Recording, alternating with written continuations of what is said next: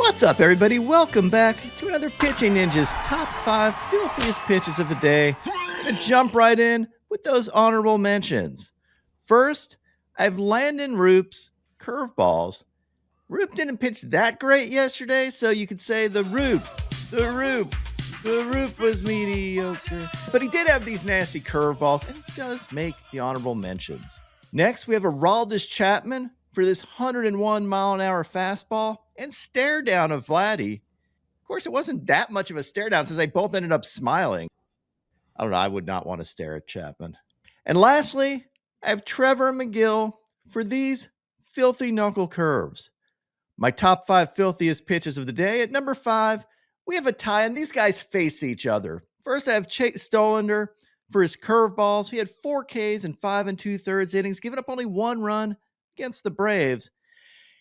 Tied with Dollander, and who actually had more exciting stuff, Chris Sale had 10 strikeouts in 7 innings, giving up 2 runs.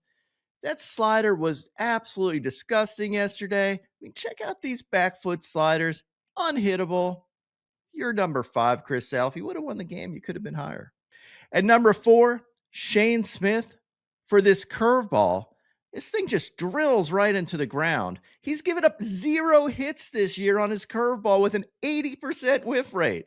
Now, he's only thrown 35 of them, but still. He had 4 Ks in 5 innings, giving up 1 earned run, and he's been really good this year. At number 3, Felix Bautista for this vicious splitter, leaving Grisham on the ground, and then following it up with a 99 mile an hour heater. Healthy combo. At number 2, we have Fernando Cruz and his splitters, aka the Torpedo. They were filthy yesterday. He had 7 whiffs out of 9 splitters yesterday, and on the season, he has a 53.4% whiff rate on his splitter. Hitters are only slugging 108 against it. Filthy stuff. That Torpedo, nasty. Why do we call her Torpedo again, Will? It's a Cruz splitter, a Torpedo, the Lusitania. And at number 1, it is the Filth King, Michael King.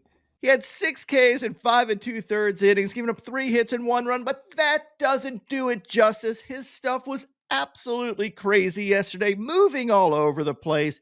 In fact, he averaged 22 inches of run on his sinker, 17 inches of break on his sweeper, and even had changeups that broke 27 inches this game.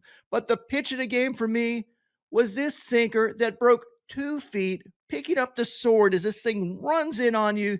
You're like looking at this. It's going to be over the middle of the plate. No, it's not. It's going to almost hit you, and you're going to swing at it, and there's nothing you can do about it. Michael King is absolutely disgusting. Check out these overlays.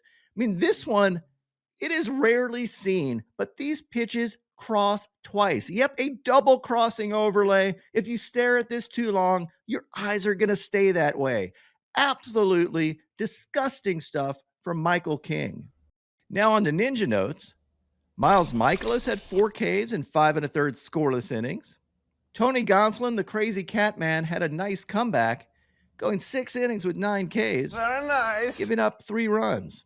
Luis Ortiz had 5 Ks in 6 1/3 scoreless innings. He faced Pablo Lopez, who had 6 Ks in 6 1/3 innings, giving up only 2 runs. Steven Matz had 6 Ks in 4 scoreless innings. Corbin Burns had 3 Ks in 6 innings, giving up only 1 run. He faced Huascar Brazaban, who had nasty stuff for the Mets. Christopher Sanchez had a solid 6 Ks in 5 innings, giving up 2 runs. Noah Cameron had 3 Ks in 6 1/3 scoreless innings, giving up only 1 hit. Lucas Giolito was back. He also has cats, but he doesn't get called the crazy cat man because he doesn't wear them on his cleats. Although when I interviewed him, he almost sat on his cat. He had 7 Ks in 6 innings, giving up 3 runs for a nice comeback. And lastly, Luis Severino had 4 Ks in 5 innings, giving up 1 run, facing Eovaldi, who had 8 Ks in 6 innings, giving up 1 run, and then his team kind of imploded. Ninja, let's kick off today's segment with Kyle crushing a 3-run Schwarber bomb to actually put the game out of reach in the first inning with just a flick of the wrist here, and that's what Schwarber can do. And here's Ranger Suarez just looking like an absolute baby in a crib. But up next, Ninja, we got a Judge Jack.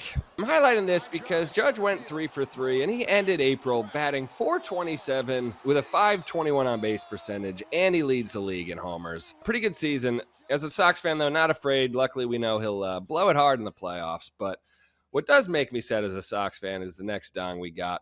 Anthony Santander with a 3-run shot, overcoming a 6-run deficit, giving the Red Sox the worst loss of the season.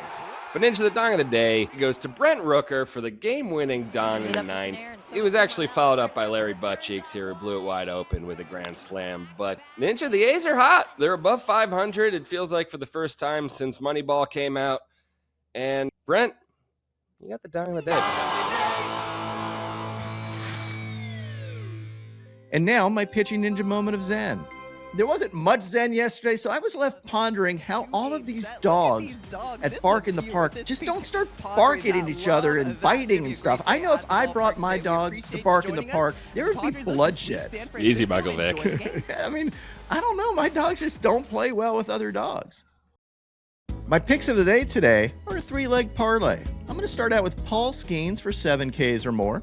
Then take Justin Verlander for 6 Ks or more, and top it off with Shane Baz for 5 Ks or more.